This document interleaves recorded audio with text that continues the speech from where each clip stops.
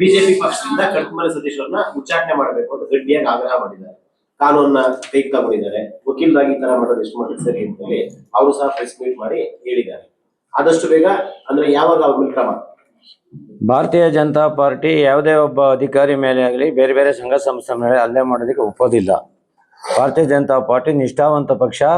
ಅವರು ವಕೀಲರಾಗಿದ್ದುಕೊಂಡು ಯಾವುದೇ ಒಂದು ಅಧಿಕಾರಿ ಮೇಲೆ ಏನಿದ್ರು ನ್ಯಾಯಯುತವಾಗಿ ಕೇಳ್ಬೋದು. ಅವರು ಕಾನೂನಿದೆ, ಕಾನೂನು ಪ್ರಕಾರ ಹೋರಾಟ ಮಾಡಬೇಕು.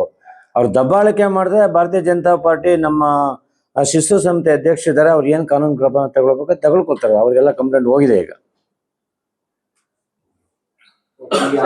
ಅಲ್ಲೇನೋ ಒಂದು ನಿಮ್ಗೆ ಅಸ್ತ ಆಯ್ತಾ ಅಂತ ಹಿಂದೆ ಎಲ್ಲ ಶಾಸಕ ವಿರುದ್ಧ ಅವರೆಲ್ಲ ಹೇಳಿಕೆ ಕೊಡ್ತಾ ಇದ್ರು, ಅವಾಗೆಲ್ಲ ಸೈಲೆಂಟ್ ಆಗಿದ್ರು ನಾವೆಲ್ಲ.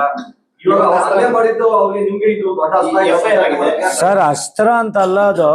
ಅವರು ಕಾನೂನಿನ ಚೌಕಟ್ಟಿನಲ್ಲಿ ಪಕ್ಷದ ವಿಚಾರಧಾರೆಗೆ ಬದ್ಧವಾಗಿ ಏನೇ ಮಾಡೋ ಕೂಡ ಪಕ್ಷ ಅವ್ರ ಪರವಾಗಿ ನಿಲ್ತದೆ. ಕಾಂಗ್ರೆಸ್ನ ರೀತಿ ನಾವು ಪಾಕಿಸ್ತಾನ ಜಿಂದಾಬಾದ್ ಅಂದ್ರೂ ಕೂಡ ಅವ್ರೇನು ಆಕ್ಷನ್ ತಗೊಂಡ್ಲಿಲ್ಲ.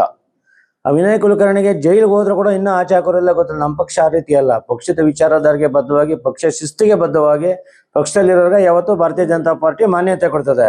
ಪಕ್ಷದ ವಿಚಾರಧಾರೆ ವಿರುದ್ಧವಾಗಿ ದಬ್ಬಾಳಿಕೆ ಮಾಡಿದಾಗ ಪಕ್ಷ ಒಪ್ಪೋದಿಲ್ಲ. ಅದನ್ನ ಎಂಥವ್ರನ್ನಾದ್ರೂ ಕೂಡ ಹಿಂದೆ ನೀವು ನೋಡಿದ್ರೆ ಯಡಿಯೂರಪ್ಪನವ್ರು ಕೂಡ ನಮ್ಮ ಪಕ್ಷ ಬಿಟ್ಟಿದ್ರು, ಉಮಾಭಾರತಿ ಪಕ್ಷ ಬಿಟ್ಟಿದ್ರು, ಕಲ್ಯಾಣ್ ಸಿಂಗ್ ಪಕ್ಷ ಬಿಟ್ಟಿದ್ರು. ಭಾರತೀಯ ಜನತಾ ಪಾರ್ಟಿ ಕಾರ್ಯಕರ್ತರ ಪಕ್ಷ ಆಗೋದ್ರಿಂದ ಯಾರೇ ಹೋದ್ರು ಭಾರತೀಯ ಜನತಾ ಪಾರ್ಟಿಗೆ ಏನೂ ಆಗೋದಿಲ್ಲ. ಶಿಸ್ತು ಕ್ರಮ ತಪ್ಪು ಮಾಡಿದ್ರೆ ತಗೊಳ್ಕೊಂಡೇ ತಗೋತಾರೆ ಪಕ್ಷ. ಅದು ನಿಮ್ಮ ಪ್ರಕಾರ ಪ್ರಭಾವಿ ನಾಯಕರು ಯಾರು ಸರ್? ಅಸ್ಥಿರತೆ ಕಾಡ್ತಾ ಇರೋಂಥ ಪ್ರಭಾವಿ ನಾಯಕರು ಯಾರು? ಬಿಜೆಪಿ ಇದ್ದಾರೆ, ಕಾಂಗ್ರೆಸ್ ಇದ್ದಾರೆ. ಯಾರಿಗೆ ಅಸ್ಥಿರತೆ? ಅಲ್ಲ ಅವ್ರು ಹೇಳ್ತಾರೆ ಕಟ್ಮಲೆ ಸತೀಶ್ ಅವರು ಸರ್ ಪ್ರಭಾವಿ ನಾಯಕರು ಅಂತ ಅವ್ರ ಮನಸ್ಸಲ್ಲಿ ಯಾರಿದ್ರೆ ಗೊತ್ತಿಲ್ಲ. ಅಲ್ಲ ಅವರಿಗೆ ಅವ್ರ ಅಲ್ಲ ಅವ್ರ ಹೆಸರು ಹೇಳಿ ಹಾಕ್ಬೇಕು. ಪ್ರಭಾವಿ ನಾಯಕರು ಅಂತಾಗ್ರೆ ಯಾರನ್ನಂತ ತಿಳ್ಕೊಳ್ಳೋಣ. ಪ್ರಭಾವಿ ನಾಯಕರು ಕೈವಾಡ ಅಂತಾರೆ.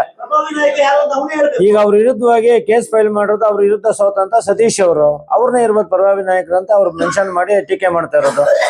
ಆಮೇಲೆ ಇನ್ನೊಂದೇನು ಹೇಳ್ತಾರೆ, ಜಾತಿ ಅಂತ ಜೈನಲ್ಲಿ ಹೇಳ್ತಾರೆ. ನಮ್ಮ ಭಾರತೀಯ ಜನತಾ ಪಾರ್ಟಿ ಯಾವುದೇ ಜಾತಿಯ ಪರವಾಗಿಲ್ಲ, ಜಾತಿಯ ವಿರುದ್ಧವಾಗಿಲ್ಲ. ಪಕ್ಷ ತತ್ವ ಸಿದ್ಧಾಂತ ಆಧಾರದ ಮೇಲೆ ಹಿಂದೂಗಳು ಪರವಾಗಿರೋಂಥ ಪಕ್ಷ ಭಾರತೀಯ ಜನತಾ ಪಾರ್ಟಿ. ಅದ್ರ ಮಧ್ಯೆ ಜಾತೀಯತೆ ದಯವಿಟ್ಟು ಯಾರು ತರಬಾರ್ದು. ಜಾತೀಯತೆಗೆ ಇಲ್ಲಿ ಮಾನ್ಯತೆ ಇಲ್ಲ. ಸರ್ ಅದು ಗೊತ್ತಿಲ್ಲ. ಅವ್ರಿಗೆ ಬಲ ಅವ್ರಿಗೆ ಜಾಸ್ತಿ ಇದೆಯೋ ಬೇರೆ ಬೇರೆ ಕಾಂಗ್ರೆಸ್ನವ್ರ ಬಲ ಇದೆ ನಮ್ಗೆ ಗೊತ್ತಿಲ್ಲ. ನಾವು ಪಕ್ಷದ ಪರವಾಗಿ ಯಾರು ಕೆಲಸ ಮಾಡ್ತಾರೆ, ನಮ್ ಜೊತೆ ಕೆಲಸ ಮಾಡೋಂಥ ಕಾರ್ಯಕರ್ತರಿಗೆ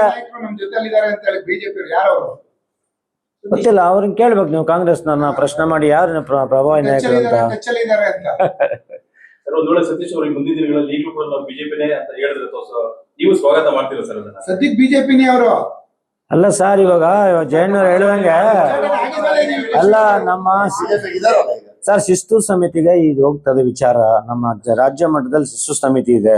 ಆ ಶಿಸ್ತು ಸಮಿತಿಯವ್ರು ಏನು ಕ್ರಮ ತೆಗೆದುಕೊಂಡು ಅವ್ರ ಪಕ್ಷದಿಂದ ಹೊರಗಾಕಿದ್ರೆ ನಮ್ಮ ಪಾರ್ಟಿ ಎಲ್ಲವರು ಕ್ರಮ ತಗೊಳ್ತಾರೆ. ಈಗ ತಕ್ಷಣಕ್ಕೆ ಅವ್ರು ನಮ್ಮ ಜೊತೆ ಏನು ಗುರ್ಸ್ಕೊಂತ ಇಲ್ಲ, ನಮ್ಮ ಜೊತೆ ಯಾವುದೇ ಕಾರ್ಯಕ್ರಮ ಭಾಗವಹಿಸ್ತಲ್ಲ. ಹೌದು ಸರ್. ಈ ಮಾಧ್ಯಮಗೋಷ್ಠಿಯ ಪ್ರಮುಖ ಔಟ್ಪುಟ್ ಏನ್ ಸರ್? ಲೇಟ್ ಆಗಿ ಬಂದೆ ನೀನು. ಆಗ್ರಹ ಬಿಜೆಪಿಗೂ ಅವ್ರು ಮಾಡಿರ್ತಕ್ಕಂಥ ಹಲ್ಲೆಗೆ ಯಾವುದೇ ರೀತಿಯಾದ ಸಂಬಂಧ ಇಲ್ಲ. ಹೇಳ್ಬಲ್ಲ, ಯಾವುದೇ ರೀತಿ ಅಲ್ಲೇನ ಬಿಜೆಪಿ ಒಪ್ಪೋದಿಲ್ಲ. ಯಾವುದೇ ಅಧಿಕಾರ ಆಗ್ಲಿ ಬೇರೆ ಬೇರೆ ಸಂಘ ಸಂಸ್ಥೆಗಳ ಮೇಲೆ ಹಲ್ಲೆ ಮಾಡೋದು ನಾವು ಒಪ್ಪೋದಿಲ್ಲ. ನಿಮ್ಗೇನು ಕಾನೂನು ಪ್ರಕಾರ, ಸಂವಿಧಾನ ಪ್ರಕಾರ ಏನು ಕ್ರಮ ತಗೊಳ್ಬೇಕು ಕಾನೂನು ತಗೊಳ್ತಾರೆ.